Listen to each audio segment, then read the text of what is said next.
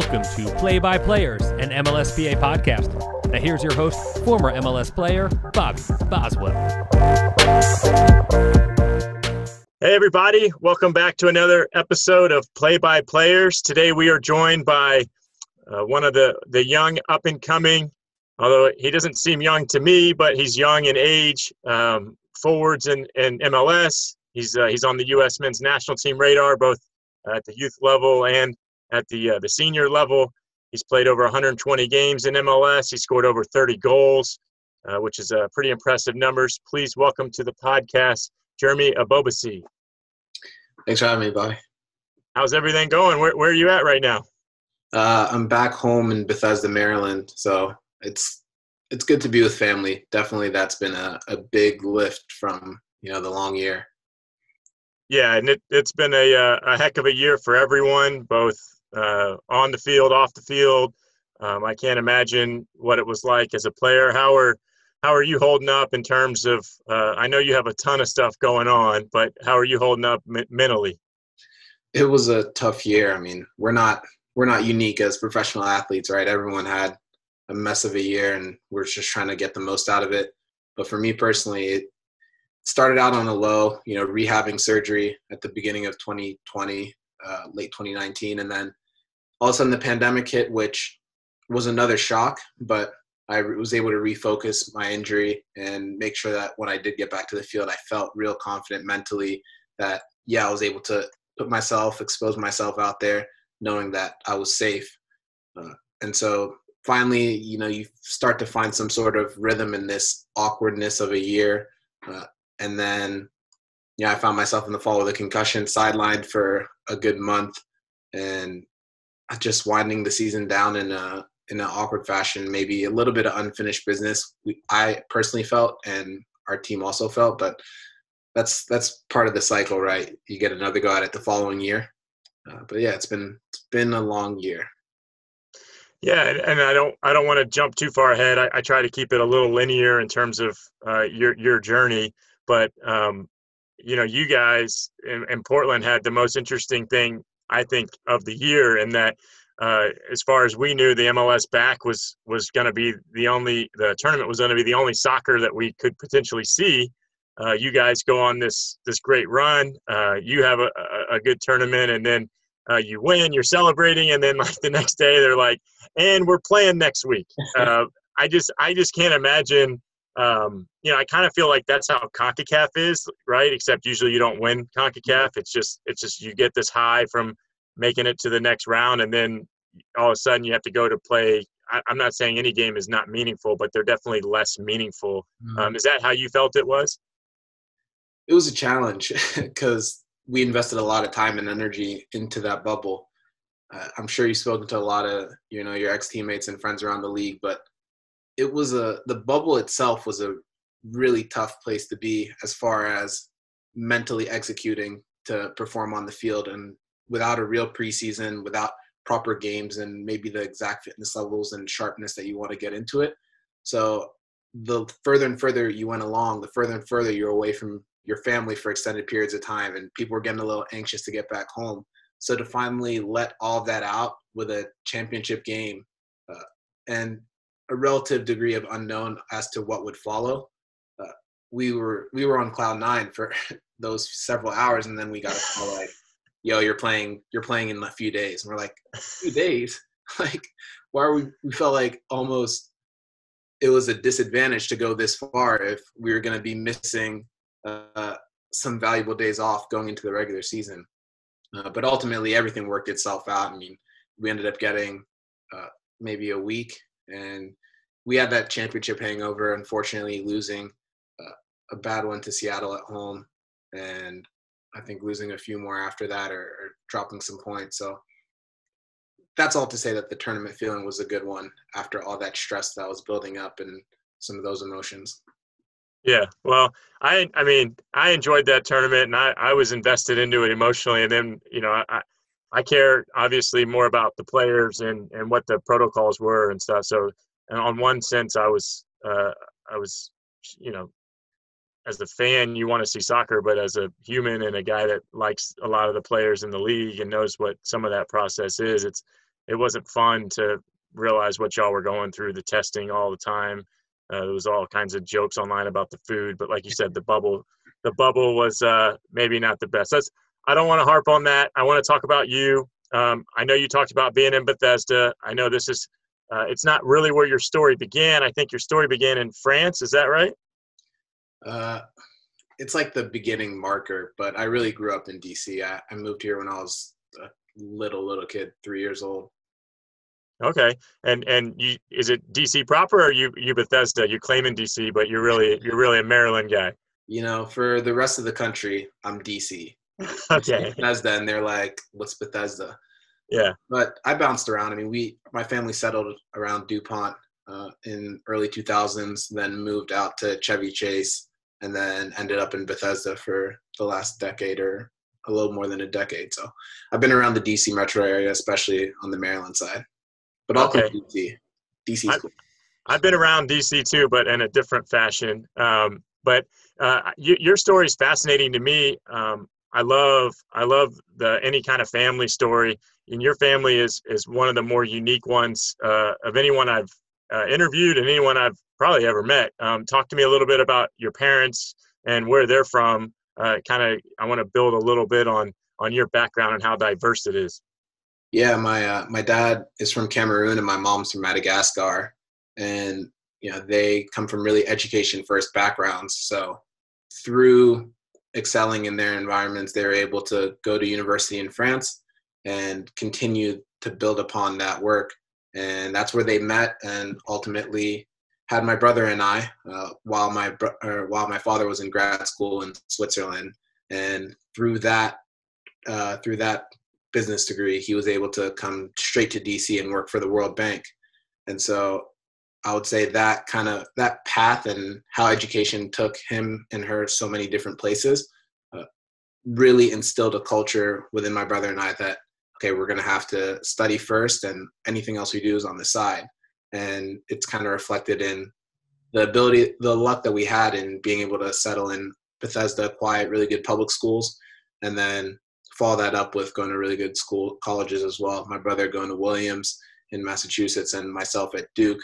So it was definitely an interesting conversation when a 13, 14-year-old boy was telling his father that he wanted to go pro.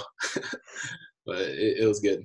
Yeah, it worked out. It worked out on some level. So I know he's probably proud of you. Is he in DC? I saw something that he was living in Casablanca. Is that?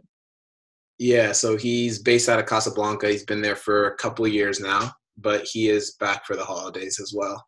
Awesome. Well, I laugh because I know where some of those places are, but I didn't. I always have to Google like Madagascar, for instance. So it's fun to I'd imagine your whole life you've been having to explain to people where certain places are, just because not a lot of people, I feel like, know some of those answers.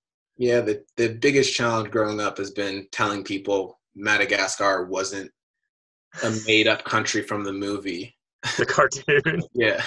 It's like, oh, you're from Madagascar? I thought that was just a movie. And I'm like, this conversation can end. Like, or Casablanca is just a movie. Yeah. That's a little old for even me. But I know you speak French. Is that right? You're bilingual? Yeah. And how's your Spanish? I mean, has it gotten better as an MLS player, especially in Portland? Yeah. Luckily, I don't know if it's foresight or just childish curiosity, but in middle school, I chose to study Spanish instead of go through like the reading curriculum. Okay. And it's really been paying off. I took 7 years from middle school through high school, and lots of Spanish speaking friends as well here in this really international area. So a lot of my friends' parents speak Spanish as a first language, and I was able to practice with them. So then getting into a locker room full of Spanish speakers really forced me to sharpen up those skills, which has been pretty useful for me. Yeah, no, that's awesome. I'm always impressed by bilingual. So you're trilingual, which is even cooler. Let's talk a little bit about Walter Johnson High School. This is, I know that we don't always talk a lot about high school, but I thought there were some interesting things from your time in high school. I know the first thing I want to talk about is you had some teammates. One of them is Gideon, and I saw a quote that at the time you'd said he was more developed, and he was a better player, and he needed to be challenged and going overseas and playing in Europe. And I'm kind of curious as to if you feel like you've kind of come full circle. I thought you kind of undersold yourself maybe when you were younger, but now you're the one I think that's thriving, and what that's like having a teammate that was going to be the guy, and now maybe you're kind of the guy from the same school. Yeah, I think Walter Johnson was a really good environment academically and athletically. I remember our freshman year, we were both on varsity together, and which was a big deal at the time. I know people are all up in academy now, and understandably, that's kind of the best way to continue their development and get to the professional level early on, in my opinion, at least. But varsity was really cool at the time, and we had a really strong team, went undefeated until the state final and conceded with 17 seconds to go. So the team tied it up on us, and we were just shocked, and then pulled a fast one in overtime. So we, through that environment, obviously there was a lot of press around our team with Gideon's imminent departure to Arsenal. And so we were all just making sure that he was in the best position so that when he got to Arsenal, he would be ready to thrive there. And unfortunately, it's sports, sports happen. When we're going pro at a young age, when we're going pro, period. For me, when I'm leaving college, everyone's always telling us injuries might happen. Do you really want to do that? Do you really want to risk it? But at the end of the day, this is our passion and this is what we want.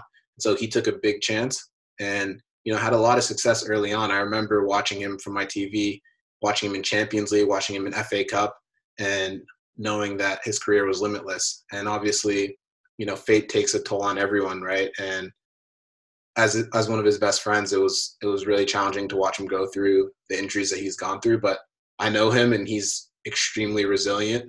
And through all of this, I know that there's a lot to come out of his career, and I'm really looking forward to that.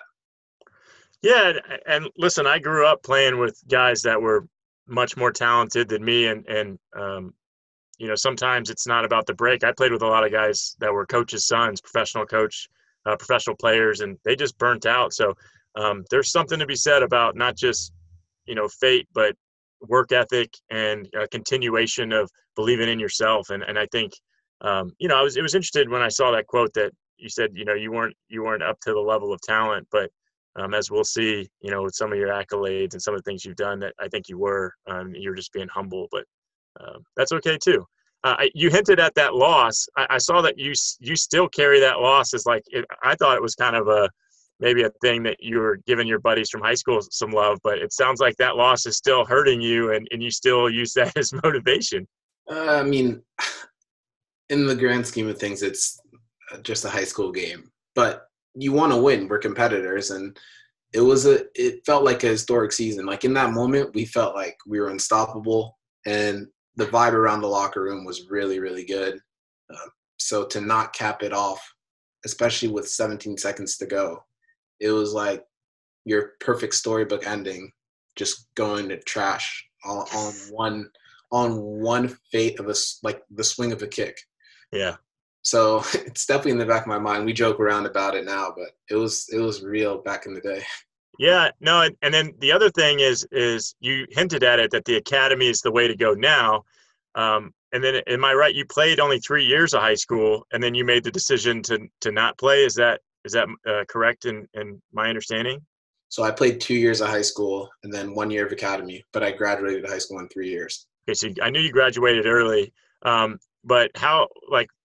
I'm just baffled. High school for me, my team, we sucked. We didn't have. I think we had a winless season. You had an undefeated season. I think we went a whole season without winning. But I'm just fascinated by kids now not even playing in high school. I had Chris Mueller on, and he didn't play at all. And I said, "How did anyone know you were good at something?" Because a lot of your identity is in your sports, especially in sport-rich places. And I think everywhere now it seems to be in America that it's like that. So I guess what was that like to say, "Hey, I'm going to play high school soccer. You're having great success. You're having a lot of fun. You make some great relationships, and then you just say hey, I'm not going to do this because the academy's going to get me to where I want to go a little better." Yeah, I think people were understanding. I had my moment in the spotlight per se. That freshman year, we got the whole school involved. It felt good to be playing for other people, feel like you were representing someone that you don't quite get in the club soccer landscape, which is what I was in as well. So by the time after my sophomore season, when I decided that it was time to move on to academy, that was the culmination of a group decision with my club team, where we were going to merge with an academy and be able to continue our environment that we rated really highly. I mean, this is the same environment that built Gideon, that built, Chase Gasper on Minnesota, that built a bunch of guys that would go on to top D1 programs and challenge for MLS minutes and USL minutes. So by that time, everyone kind of knew where I stood and understood that it was the right decision for my future.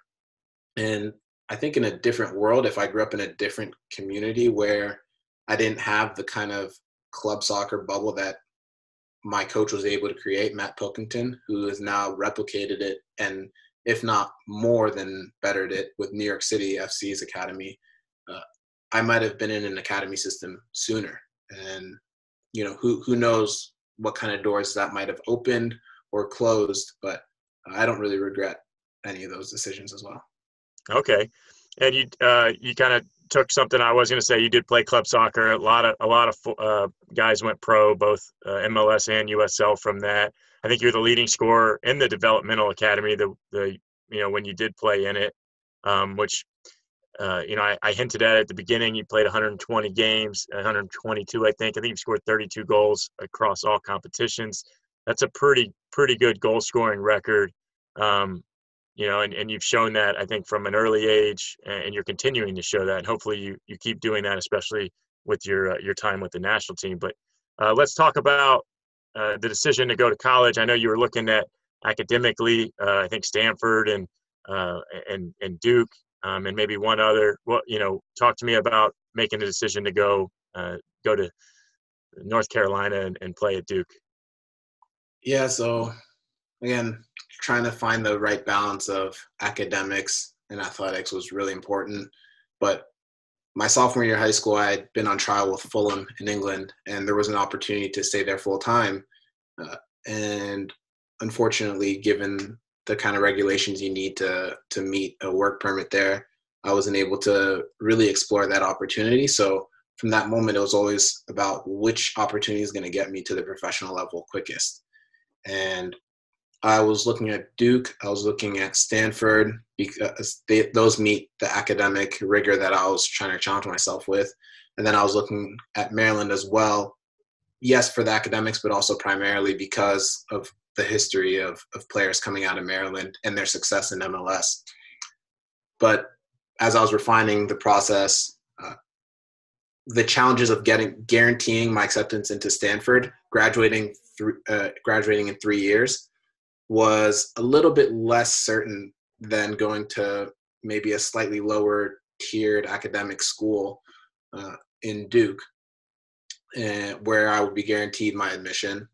And then I really started to phase Maryland out of that process because I wanted to kind of step away from my close circle of friends who would probably go to the local state school, knowing that I might be a little bit more distracted if they were around me. So 4 hours away from home felt like a good balance of, far enough to work in isolation and really focus on my goals, but also not so far that I couldn't go home if I needed to in an emergency scenario. And also obviously met that academic threshold. Yeah. And I think that you're showing at a young age that you're I don't want to say you ever overthink anything, but I definitely think you have not left any stone unturned, at least not that you can control in terms of your thinking. And I'm just curious, I know your dad's in business, and are you do you do economics? Is that right? I was leaning down economics, a little bit of psych, maybe education. I mean, I only stayed 3 semesters, so I was able to explore a little bit before really committing to anything. And are you still going to try to go back? Are you going to do online, or where's your thinking with that? The plan is definitely to go back to Duke. When I was being recruited, the coach said that as long as I come in, I'll always be able to come back to Duke, and that was something that was really important given the goals that I had set for myself to leave as soon as I was ready, which hopefully would have meant on the sooner side. Okay. And I just want to, did you work, I think you were an intern or you worked in the Senate. Was that during your time in college or was that? So I didn't work in the Senate. I was doing volunteering on Senator Chris Van Hollen's campaign, just doing some Okay. canvassing around the neighborhood with a friend of mine, who also happens to be a family friend. I played soccer with his son growing up, and my brother played soccer with his older son. So we've got a good relationships between our families, and wanted to help him take the next step from House to Senate. And then I mean, at that point, were you pretty knowledgeable about some of the inner workings of the government, or were you just kind of, just helping out and getting some volunteer hours, or, what was your logic there in terms of, I know he's a family friend and you had a buddy, but I'm trying to set people up for what's to come in terms of some of the initiatives you have going and some of the things you have going on and with social causes. Yeah, no, I'd been attending his fundraiser since I was a kid, so I was definitely growing up in the landscape of politics, just being in a DC suburb. But at that point, I was just wanting to find a way to be active in the 2016 election, understanding that there was a big opportunity to elect a female president, and unfortunately, we didn't get that. But down ballot races are super important as well, and I wanted to play my part in that, especially helping a family friend. Okay. Well, I when I played in DC, I went in and lobbied in the Senate and the House, and I got to see some of the political side. That may be another conversation. Political life is wild, Yeah. But when did you start with the 20s? Was that in college or when? I started right when I left school. Was actually my first camp with the 20s. Okay, and talk to me a little bit about your time there and the World Cup. It was, for a moment, I felt on top of the world. I had always kind of been on the outside looking in growing up with the national team. I felt like I deserved to be there, and I expressed my grievances to anyone who would listen. And my coach backed me, and he would always call scouts on my behalf and get me invited to those local training centers with the national team, organized by the national team. But for some reason, just wasn't quite what they were looking for at the time. That, and I also didn't have an American passport, though. We know that there are ways to work through that and work with kids when they're young to get to that process. So whatever it was, I wasn't meeting that standard that they set in their eyes. And that kind of just added a little bit of motivation. So when I did get there, it felt great. And every time I played, and, I had a rocky first friendly, but from there it was like a straight ascension to success within that team. So it was just really gratifying and validating about the steps that I had taken, whether it was going to Duke, whether it was playing club soccer, that I was on the right path, playing next to guys who've been playing in MLS that were starting to get a lot of minutes. And then that air of almost arrogance, borderline arrogance, but that good feeling was just popped in CONCACAF qualifying when we won the tournament, which was a historic moment for the youth national teams. But I went that was my first five game streak without scoring a goal. And in that moment, I understood what it felt to be treated like the guy who was the most important person on the team, and to go to someone who is completely doubted by anyone and everyone. Besides my teammates always believed. But that dip in confidence coincided with my arrival into MLS, which was just not the kind of mindset you want to be feeling as you enter into a locker room full of stars and veterans who are going to want to push you, and frankly don't have time to deal with like your emotions, because it's a job and you got to come ready to play regardless of what you're feeling. So that led to a tough few months where I was in limbo. I was on the border of not going to the World Cup, and ultimately I made it there. And again, kind of on the outside looking in on the roster, but we were a good team and had a really good group of guys. So it was all about rooting for each other, making it a memorable run, which it ended up being. And ultimately, when my number was called for the New Zealand game, I stepped up, and I think I proved a lot of people wrong, which, again, was another really important moment in my development. And I was able to follow that up with another strong performance in the quarterfinal. Our team fell to a really strong Venezuela team, but we were really proud of our accomplishments. And on an individual level, it was a moment of growth where you can appreciate the good things that you do, but you have to understand that they might not always last. So you don't want to put yourself too high, so that when you do get knocked down, you don't feel that low either. You want to kind of try and stay even keeled through everything while still trying to find enjoyment in it too. Yeah, no, I didn't realize, you had that mental, that little bit of a mental, I don't want to say revelation, but that's important, especially as you go into the big leagues. And for those fans that I remember watching that World Cup and the Venezuela game, you scored a goal in that game. Y'all lost 2-1, I think, but you showed well at the end of that tournament. And I know Josh Sargent, I think, was on that squad. He got the silver ball. So y'all were competitive. It was fun to watch as an American fan. Yeah, great team, great guys. I mean, I think we're seeing the talent that the national team has, and I think that cycle was and the cycle above were two cycles that really started to put the U.S. stamp on youth national team tournaments. Say that, hey, we're going to play, we're going to try to outplay you in every way and beat you. And we've gotten successive quarterfinal runs. Hopefully this next cycle can take it to the next level and really validate a lot of the experiences that we're seeing in MLS where young guys are succeeding. Okay. And you kind of got ahead of yourself talking about going into a locker room with MLS players in Portland. Tell me a little bit about, I know you spent some time with the 23s at DC. I think I was there during that window. And then I also know you with the way that your story went, you signed a contract before you got drafted with the league, but I know you spent some time in Charleston as well. You also spent some time in Portland with Portland too. Just talk to me kind of about, you don't seem to mind. I know a lot of guys have an ego and I think they let it get in their way. You seem to always be up for, when, wherever you needed to go and play and score goals, you seemed, ready to go do that. Yeah, it was a unique path signing an MLS contract in the summer. Prior to that, I had traveled with a few teams and been around different kinds of locker rooms and gotten a feel for what men's level professional football would be like.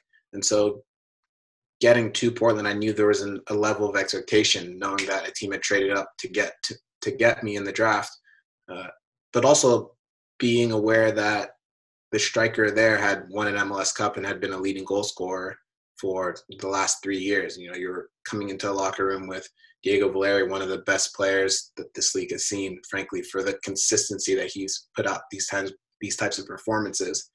And then with Portland being a West Coast team, I didn't have as much visibility to them growing up, but I would quickly learn that, the whole team was a bunch of consummate professionals who were consistently pushing themselves and putting out a brand of football that people would be really impressed with and would enjoy watching. So I knew that it would be an uphill battle to get minutes, but ultimately, if I worked with the coaching staff, if I built a good relationship with my teammates, that they understood that I was here to play and not to gloat or not to kind of bask in, whatever contract I had or whatever came with that spotlight, it put me in a position to succeed by the time that I did get the opportunity. Okay. Well, I like obnoxious stats or lists, and my favorite one, I did find one, and doing a little digging on you. You made the 20 under 20 list for the USL, and you were exactly number 20. So I kind of laughed because I was like, oh, on some level they got it right that he was 20 under 20, but maybe he should have been a little higher than 20. But that's just me thinking something's funny. I'm not sure you do. You talked about being Portland traded up to get you. You were fourth in the draft. You come into a side with Caleb Porter as the coach. Tell me, you didn't play a lot. I think you played one game. You got one game your first year. Just talk to me a little bit about playing for him and how you grew that first year. Yeah, it was a challenge. I mean, at the beginning of that year, I wasn't playing a lot and wasn't really playing with T2 either, just because I was kind of caught in that in between where they want you on the bench, but you're not really getting into the game. But because you're on the bench, you can't play in the T2 game that's in a different state, or where you're in a different state for that game. So I think I only played 4 or 5 games with T2 my first season. And then all of a sudden we were kind of caught up in this moment where everyone was at Gold Cup and people were suspended for the following game. So we had, I think, 12 field players for a game against Vancouver. And Caleb was like, you're going to start and you're going to have a good game because you're ready. Like, you've been working hard for this. And I was like, okay, I guess there's nothing else I can do. So yeah, we got out to Vancouver, which ended up being a really tough game too. I remember that being my first start. I was a little intimidated in that moment, getting pushed around a little bit the first few minutes, and then Espria hit a shot / cross across goal, and I goes in the right place, poked it in, and from there I just felt confident. I felt like I can be here, I can play, and it ended up being a great game. We won 2-1, big morale uplift, and then put us in a good space to fight for the Western Conference regular season. So that it took a while to get to that point, but from that point, I was able to stay in the 18 for the rest of the year and be a guy that would come off the bench in large part and contribute in meaningful ways. So it wasn't the perfect rookie season where you saw a guy like Julian Gressel absolutely tearing it up that year, and you're wondering, you want to be in that situation too, right? But there was a lot of value in the learning curve that I had that year. Yeah, and the thing I loved about, you talk about that goal, I remember when I scored my first goal, I kind of blacked out, and then I did this really dumb, I was running around like an idiot. You definitely didn't look like an idiot, but you had that moment where you're like, I'm going to go celebrate. And then you do this awkward jump. And, I just thought, I was like, that's like real emotion, right? That's a real kid that's happy that he got to score. And, I think if that's the same game, I think you had an assist that game too, right? To Blanco. Was that game? Yeah, I did. And I thought, the goal, great. It's a poacher's goal. You're in there. But the Blanco goal was more impressive to me in that, your vision, you set him up. So, it's a heck of a way to make an introduction, especially that part of the I guess continent, we'll call it. That's a bit of a rivalry too. So It is. I love the goal celebration though, and I enjoy emotion, and I feel like you had some raw emotion. Nothing's premeditated in terms of your celebration. I think nowadays you would do something a little different. Am I right? They still really aren't premeditated. I get made fun of because they're like, why do you just fist bump, or why do you just like run around? And I'm like, I don't know what to do. I'm trying to get more used to the feeling of scoring, but it feels like every goal is, whether it's lucky, whether it's an accident, whether it's the easiest goal in the world, it feels like every goal is so hard to come by. So I don't know how to react when it does happen. I think that's great. I think that's a good quality, right? Wando's like that. I played with a guy in Luciano Emilio that this guy would celebrate goals in practice to the point where people would try to fight him. But the guy loved to score goals, man. So I think that all the great goal scorers, they get that feeling every time, and I think that's what they crave. I wouldn't know. I don't do that. But let's talk a little bit about the next year. You get a coaching change. You get Gio in there. And really this is kind of a weird year in that, the minutes, I mean, we can go to the playoffs, you play every game in the playoffs, then y'all go to MLS Cup. But just talk to me a little bit about a coaching change and how you're starting to really find your feet. Yeah, I think anyone is going to struggle with the coaching change at the beginning and just wonder where their place is in the team. And for me, it was a big step back with that coaching change. I was a consistent member of T2 for the first part of the year, even training with them at times. There was a moment in the year where I even fell out of the T2 lineup. And, I was really frustrated with that situation, at myself, at some of the people around me. Uh, but ultimately, you find your place. I do think that in the long run, you get what you put into it. And I think I was giving it an honest effort every day, trying to find ways to get better, make myself noticed. And a perfect storm of things happened, and I ended up being the guy leading the team to MLS Cup. So it was an interesting year, but again, another critical one in at least mental strength. Yeah, no, I think it was awesome, and that was quite a run you guys made. Opened a lot of people's eyes. I think you specifically opened a lot of people's eyes. Your ability to score with either foot, you're great in the air. I know that, as I watch the games, your movement's really great. I know a lot of people don't see that. It's easy to try to label you one thing or another, but I think you're kind of a complete package. And I like your movement. I think your movement is really, you're hard to track, and you don't have to be physical because you're usually in good spaces. And I don't want to inflate your ego or anything. That's just my analysis. Let's talk a little bit about 2019. You're tied for the team lead, I think, with Brian Fernandez in goals. I feel like you're really starting to have some more success as opposed to the year before. Like you said, you're falling out of favor with the T2. Now you're kind of more of a mainstay in the team. Yeah, 2019 started on a real high, where getting to MLS Cup was amazing. Obviously, the outcome was awful, and my role in the outcome was another learning experience.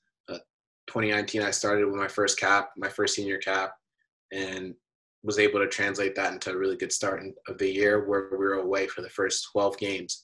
So that was a challenge that I wouldn't really wish on any team in this league. And then, 3/4 of the way through that, we announced a big time signing in Brian Fernandez, who was probably one of the most purely talented players I've played with. And he's coming in to my position, right? The position that I've tried to lock down, the position that I've elbowed everyone out of the way, at least that I tried to. And he's kind of the guy. So the psychology of dealing with being kind of removed from the position that you've worked so hard to make your own for a few games, but then also understanding that he's human and he's just a competitor, and we're going to compete together against each other, but it's all going to be from a good place. That was really important to the team culture, making sure that there weren't any real egos. And then, we all kind of found a good gel towards the end of that away stand, and had a few ups and downs going into the summer, especially in September. But ultimately, it was a very challenging year for our team, and just with everything going on, we weren't quite able to unlock our potential, and probably a little bit too much of just a little bit of chaos, and not organized chaos. So 2019 wasn't perfect, but we will learn from it and pick up the slack in 2020 for sure. Yeah, and this is something you might not feel comfortable talking about. It was just something that's relevant. Recently, I was talking to a friend of mine who plays professional baseball, and he was asking, he said, are there any crazy guys in the locker room when you played? Or, are there any crazy guys? And I said, yeah, every locker room had a couple crazy guys, and almost all of them, I realized, were forwards. They were like, it's just something about that position. I think it takes kind of a crazy person to, all the pressure that's on you, I think, can cause someone to go crazy. But, I feel like you played with some crazy people in your short period in MLS, and I don't ever want you to talk badly about anybody, but I feel like you differentiate yourself from some of these guys, and that I feel like you're always pretty level-headed, and you're pretty you're pretty aware. I guess self-aware is the word, and I just don't feel like I feel like I know what I'm going to get when I watch the game, and I think some of these other guys, I've seen you play with, or guys that played ahead of you, or for whatever reason they were playing on the teams you've been on. You don't know if the guy's going to score 3 goals. You don't know if the guy's going to get a red card, and a lot of times they did get red cards. And a lot of times they had off the field drama. And I just feel like as a young guy, that's not good for your development if you're seeing the guys ahead of you and the older veterans maybe having some issues. How do you see that and say, okay, I'm learning and that's not what I want to do? Or how does that impact you as a young guy? Yeah, you see different people around different teams in your own locker room and how they carry themselves, and you obviously pick role models, right? And for me, a good role model is a guy like Diego Chara and what he does on a daily basis, how he takes care of his body. You see it every day with every game with how much he runs and how well he's able to sustain such a high level of play. What I'll say to maybe some guys who you might be describing, sometimes that edge is what makes them successful. So while I might be sometimes self-aware or even killed, whatever it might be to describe it, that maybe sometimes I do like that edge, that unpredictability. And that's something that I've definitely thought about and tried to add to the game. It's not going to be natural for me necessarily, but if I can find ways to add that to my game, I do think that could add a different layer. I love that answer. Like I said, it wasn't a ploy to shed light on anyone's life or anything like that. But I think even when you in DC, when you train there with us, I know we had a couple of guys that were loose cannons in the locker room, and any young guy seeing that stuff, I think it's a horrible sign. We try to put an end to that as a leader, but it's people are people, right? They're going to do what they want to do, and but let's fast forward past that. 2020, we kind of went through, how you handled it, and it was kind of a rough year from a ton of perspectives. I think the MLS Cup back tournament was great. I got into a little bit of a thing online where Merritt Paulson jumped in. I talked about, do you guys get to put a star on your jersey for winning that? Because at the time, we don't know if that's the whole season. But I really like Merritt Paulson, and I think he's outspoken, and I think he's very, very passionate about the clubs there, and I think he's very passionate for his players. Lately it's been Diego Chara and his snub from some of the best players in MLS history, which I think has some merit. Talk to me about your relationship with him. Do you feel like y'all get along, or do you have no relationship with him, or what's your relationship like with him? Yeah, I think anyone who knows him or who knows the public persona understands that he is very passionate about the team.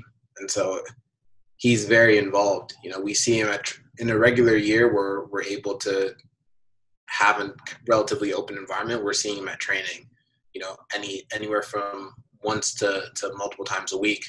And he's just checking in on us. He knows we're people first, but, he's always rooting for each and every one of us. And you can have a conversation with him about the game. You can also have a conversation with him about stuff off the field as well. So he's been the guy kind of pushing us from above, the guy rooting for us. He's the first fan, as he likes to describe himself sometimes. And he's someone who invests in the team. I think that's what you see. He invests in the players. He invests in the facilities. He invests in the Thorns. We've got a good environment here, and I think the more owners we have who have that level of passion in their team, the more success and the more attraction that team will bring as well. And the energy is almost contagious too as a player. Yeah, no, I love his voice for you guys, and I love that he gets into it and defends you guys. And he was nothing but nice to me when I was a player. I got to spend some time with him in Portland during the All-Star game one year, and I was curious to see your relationship with him. You talk about the city. Congratulations! I know you were the Supporters Player of the Year this year. That's got to mean a lot to you. I want to switch it up a little bit. I want to talk about the Olympics. I know we're all in limbo with what's going on, but you were selected to potentially be on the roster to go to the Olympics. It's a bit heartbreaking, I think, for everybody, especially someone that's your age. Do we know where we stand on the postponement on that, or are you still going to be? It's definitely It feels like limbo to me, at least. I expect 97s will still be able to play it, but no one really knows. There hasn't been any official announcement. Okay, well, as a soccer fan, I think the World Cup is the biggest thing you can be a part of. As a sports fan, I think the Olympics is the pinnacle. If you do get a chance to go, I know that for you this is huge, not just as an athlete, but I've seen you talk a little bit about the international stage, especially through sports. It's a chance to really drive change, and I've seen some stuff where they're going to ban any kind of they were talking about banning any kind of protests or things of that nature. Good luck with that. But I mean, how do you feel about if you do get a chance to go? What will that mean to you? What will that mean to your family? It's got to be huge. Yeah, you as a kid, you kind of look at these benchmarks, right? You're like, I want to play in a U17 World Cup. I want to play in a U20 World Cup. I want to play in a full World Cup. And then every age group or so, every few age groups or so gets to aspire to the Olympics. So our age group has been talking about the Olympics, imagining ourselves as leaders. And we thought 2020 was going to be that time where we were going to be able to execute on those dreams. But obviously the world had a different plan for all of us. And now we're looking at hopefully 2021 pulling off an Olympics in a safe environment. And a lot of things have to go right for me as an individual to actually get onto that plane. We've got an ever-growing talented pool of players that are doing so many really impressive things in this league that maybe we didn't always have with such consistency. But I know whoever makes it onto that plane, it's going to be a really, really impressive showing from the U.S., whether you're talking about the full team regulars already or the guys who are just getting their first professional experience this year. We're ready to compete from top to bottom. But if I'm on that plane, that'll be a huge honor, obviously. Talk to me a little bit about what Black Players for Change is doing and how you became a founder and on the executive board. Yeah, that's a lot. I know. Sorry. No, you're good. I'm just saying I could speak to the different parts of that question for days, because there's just so much that goes into myself growing into that kind of role, coming from an international family that obviously growing up in a different country doesn't make you immune to racism or systemic racism, whatever it might be. France is no different necessarily than some of the things that we see going on in this country as well as, countries that were colonized in Africa. So that perspective is different than someone who is a multiple generation or descendant of Black Americans. So I want to be cognizant of that. And growing up, I had to learn more and more about the history of this country as well, because, again, this wasn't passed down from generation to generation. And the more I found out, the more I was like, okay, more people need to know. And the more simply you can put things, I find that the more people will digest them. So there's a movie, The 13th, which as soon as I got into the league, every person that asked me anything social justice related, I pointed them to The 13th. I'm like, start with The 13th. It'll trace a very linear progression of slavery to mass incarceration and a lot of the socio-political debates around the decades that they're following. And then we can have a conversation. And it was really hard to get people to watch that documentary. It was an hour and 40 minutes on Netflix. I couldn't get people to watch it. All of a sudden in 2020, everyone's watching it. So it's just the cycle, everything's kind of come full circle, right? But for me, once I kind of got that information, I felt like I had this opportunity to be a vehicle to disseminate it to hopefully my growing list of followers, of people that want to interact with me, that want to understand this perspective. So by the time we got to 2020 and the devastating, brutal killing of George Floyd, I as an individual was in a position to speak to a wider group of people who are now listening for really the first time. And I think that what I really found in that moment was that there are a lot of people like me who were trying to have these conversations that weren't able to, that people weren't listening to them, and they try to channel it in a different way. But once we all got together through Black Players for Change, we were really able to go into every group of people, whether it was, every different constituent in MLS and in our communities. We were able to speak to them and say, hey, listen, this is a group of people that is available to speak to you, that is going to work on initiatives within the community, but also as you self-reflect, we are here to hold you accountable as well. So it's been a long year, but one of the biggest bright spots was forming that organization that will be sustainable for years to come, and that will only grow in efficiency as well as we really start to refine the work that we're going to be able to do. And you talk about, telling people that there's now there's a voice and a forum for these conversations. Do you feel like at first it was, I've seen a lot of you, I know you wrote an article for Medium, I think, and it was like, what was the title? I don't care about your feelings. Is that, or I don't, it's not meant for your comfort. Sorry, I have it in my notes, but I wanted to call it, I think you should have just titled it F Your Feelings. But I get the point. I had Jaleel on. I said that I think that anyone should go read the Athletic article where you and Ray and Earl and Jaleel talk. And I thought you really, and Quincy, don't want to leave him out. I thought you really come across, I've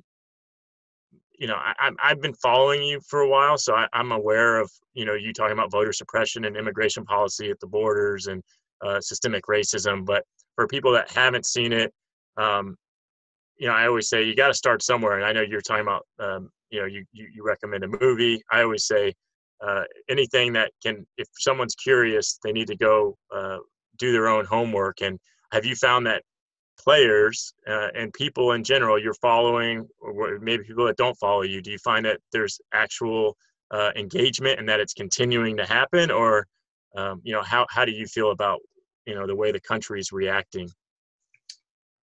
Well, the first part, I think you made a comment on the title, and for me it's always about like messaging, right? Where I say it's not meant for your comfort, because the more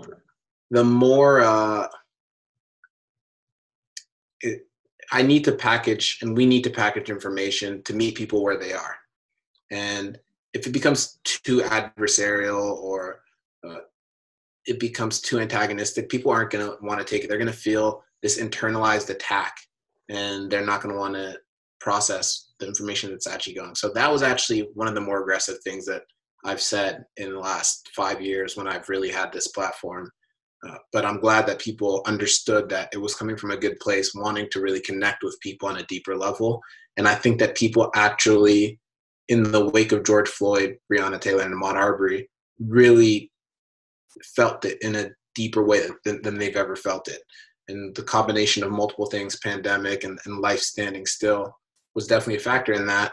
But while I do think that now people are trying to move on and starting to move on, I do think that there will be a lasting imprint on what the summer months had on people. And movements ebb and flow, but if you have a strong backbone of leaders pushing the movement and making sure that as people fade into darkness, as far as no longer following what's going on, and maybe we're just on a bandwagon at the time, those leaders will keep people accountable, and that's where we're at right now, and where we'll continue to be in the future. Okay, you talk about leaders and leadership. I couldn't when I was preparing for this interview, I couldn't figure out if you were a captain as a sophomore in high school or if it was college. But you talk about no one prepares you to be a leader, right? You just all of a sudden kind of find yourself in that role. And you were saying, I don't know if I was a good leader. I just did the best I could. I'd say now you're more of a leader than you've ever been. How have you embraced that? And you're at a really young age to have a lot of people looking to you for advice, looking to you to be the voice of reason, which I think you are. how are you handling being a leader now? Because I know earlier in life you were questioning if you were a good one or not. Yeah, I think I always have room to grow, room to learn, uh, and effectively communicate. I think that's one of the most important things in being a leader. But for me, I'm less interested in being the public face of something, of slapping my name or my face on every good thing that comes out of a project. I'd much rather be the guy behind the scenes. I'd much rather help other people look good and know that I was able to have a meaningful impact on the actual day to day or on the actual work, quote unquote, that's being done. And so I don't know if that's necessarily leading, but I definitely see my role as more of a behind the scenes actor than someone who's going to take every interview or whatever it might be. I think we all kind of grow into different positions as we grow up, and being able to have leadership qualities in whatever role you're going to be in, I think will suit well. Yeah, listen, this is just the old captain in me. I think that there's a time to be humble, but if you really are the best person at, and the way you talk in terms of delivering the message, I mean, everything I've seen that you've been in, and like I said, I will always reference back to that athletic article. I feel like you just have a way of drawing attention to the things that matter. And, I think that there's something for that, and that, people want to hear what you have to say. So I would embrace that. And, I hope you continue to do this in terms of be a leader, be a founder, be a driver for change, because I think you're very talented at it.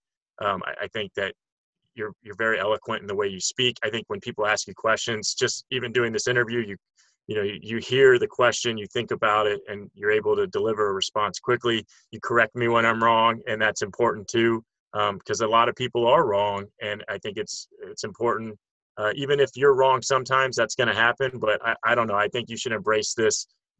You are a leader at a very young age, but I definitely think you are one of the important people for this Black Players for Change, and embrace that. And even if that means you're in front of the camera, so be it.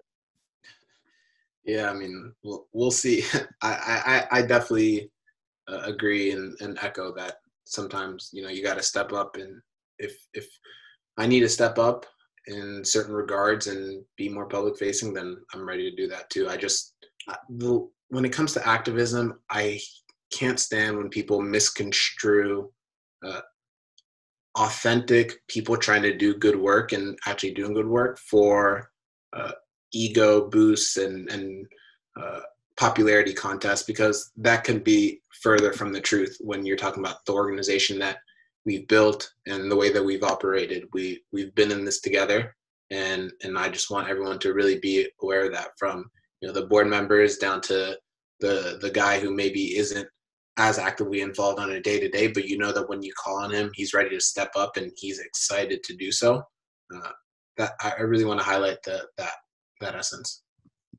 Okay. Well, I know you say you don't want to be the guy, but you were, I'm going to brag about you here. You were nominated for the Humanitarian of the Year, in the league. Talk to me a little bit about, I think it's Educate, Elevate, Engage. Talk to me about what you have going on, initiatives in Portland. Yeah, Educate, Elevate, Engage was a process that we started this February, I want to say, for Black History Month. And it was, I would say, a few months worth of work when it came to making sure that Black History Month wasn't the only time that you were able to speak about race, which is something that this country does way too often. I've been caught in conversations where people have literally told me, hey, maybe you should wait to have this conversation or to do this. Maybe wait until Black History Month. I think that would be a good time for you to work on that. I'm like, that is just, it is plain offensive to think that Black people only have value in the projects that they want to do in a 28-day span. So when I spoke with Portland they were like, what do you want to do? Like, how do you want to plan this? And I was like, first and foremost, I want this to be a consistent thing. I want this to be something that we can point to throughout the year and we can activate throughout the year. I think we put together a decent plan, a decent framework to start, but ultimately we were just caught up in 2020, the CBA and what would become the pandemic and everything. So we were able to get some stuff done and at the beginning, but the longevity that we're talking about was sidelined a little bit until the summer. And in the summer, we were able to regroup again and say, okay, well, how did we reach, the benchmarks that we set? And I think honestly, we could reflect and say that while some good had been done, we hadn't quite reached that level of consistency that we were aiming for. And again, some of that is due to the pandemic. The year before we had a summit called Portlanta between Portland and Atlanta high school aged kids, and a bunch of workshops and activities with those kids in the city that the Portland Atlanta game would be in. And something like that was canceled this year. So I definitely don't want to, I need to give credit where credit's due. That work was set to be done and had been being done. But the moment of self-reflection was an important one, where we set out a goal to have E3, we'll call it, be a consistent framework to build off of. And we kind of lost slack on it as an organization. We didn't accomplish that goal, but in the summer we put ourselves back in a driving seat to continue those efforts. And so I think that as people navigate the challenges of 2020, the financial implications of a global pandemic and how hard it's hit sports, the philanthropic side as well is going to be a part of that challenge as well. How do you get the most out of a program when budgeting is a little bit harder to accomplish? And so that's how I'm personally assessing 2021. But I believe that there will be some really strong things going on in Portland, but also within Black Players for Change and with our influence in the league.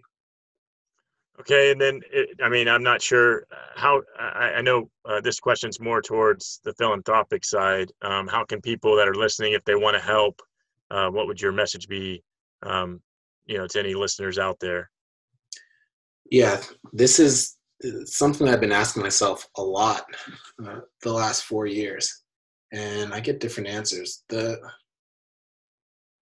The first thing, and I had a conversation recently, but the first thing is why is that person wanting to get involved?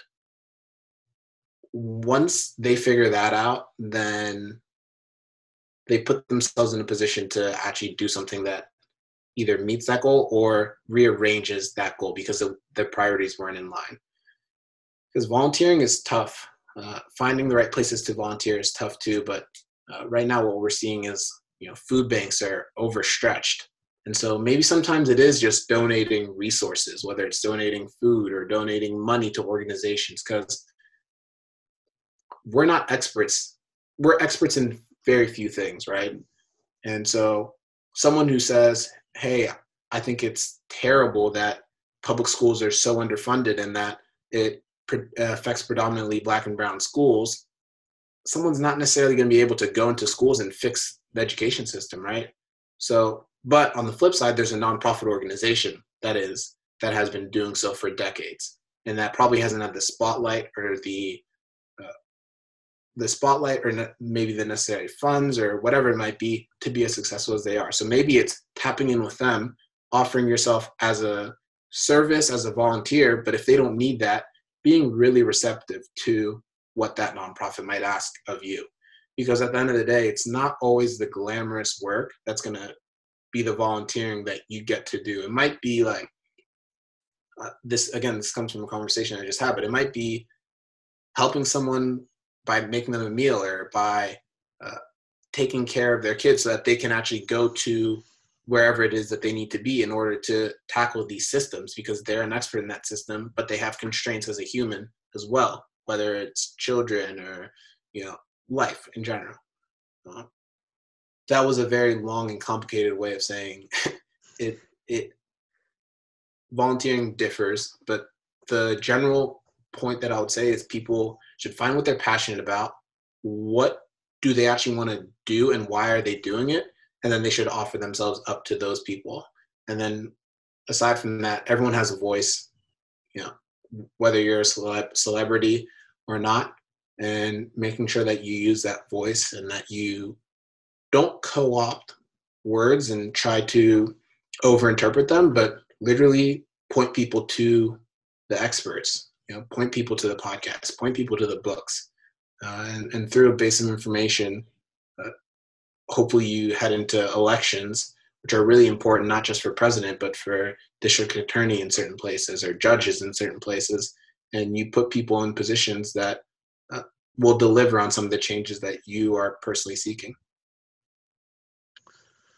Well, I tell you what, so I said, you got an opinion that I love. I hope the listeners enjoy it. For those that don't already follow you on Instagram or social media, I know I love your Instagram. You always, I swear, I don't know where you get all your shirts and your hats and your masks and stuff, but I think they're cool. Where can people go after they listen to this? I'm not even gonna. I think I know how to say your handle, but I'd rather you say it. You've already given me crap about butchering some of the other things I've said on here. So, where can people find you? Outside of listening to this podcast. They can find me on Twitter, Instagram at King Jabo, which King and then J Ebo, kind of pretty simple, but it's been with me for a while. And I know Diego calls you that, so that's great. But listen, I can't thank you enough for coming on. I think your play on the field is impressive. I think what you've got going on off the field is just as impressive. It's incredible to watch. You kind of write your own story and you pick causes and things that you think are important. And, I think they're important. I can't speak for everybody, but I think they're human elements that go unnoticed in this industry, and that's what the point of this podcast is. And there's no one better than you at seeing the big picture. So thank you so much for giving us your time and coming on the podcast. And I hope you enjoyed it. No, I appreciate you guys having me. Thank you. That's Jeremy Ebobisse, King J. Say it again. I'm gonna butcher it. I want to say. King. All right. Well, there you go. Thanks for coming on, and thank you guys for listening. And we'll see you next time.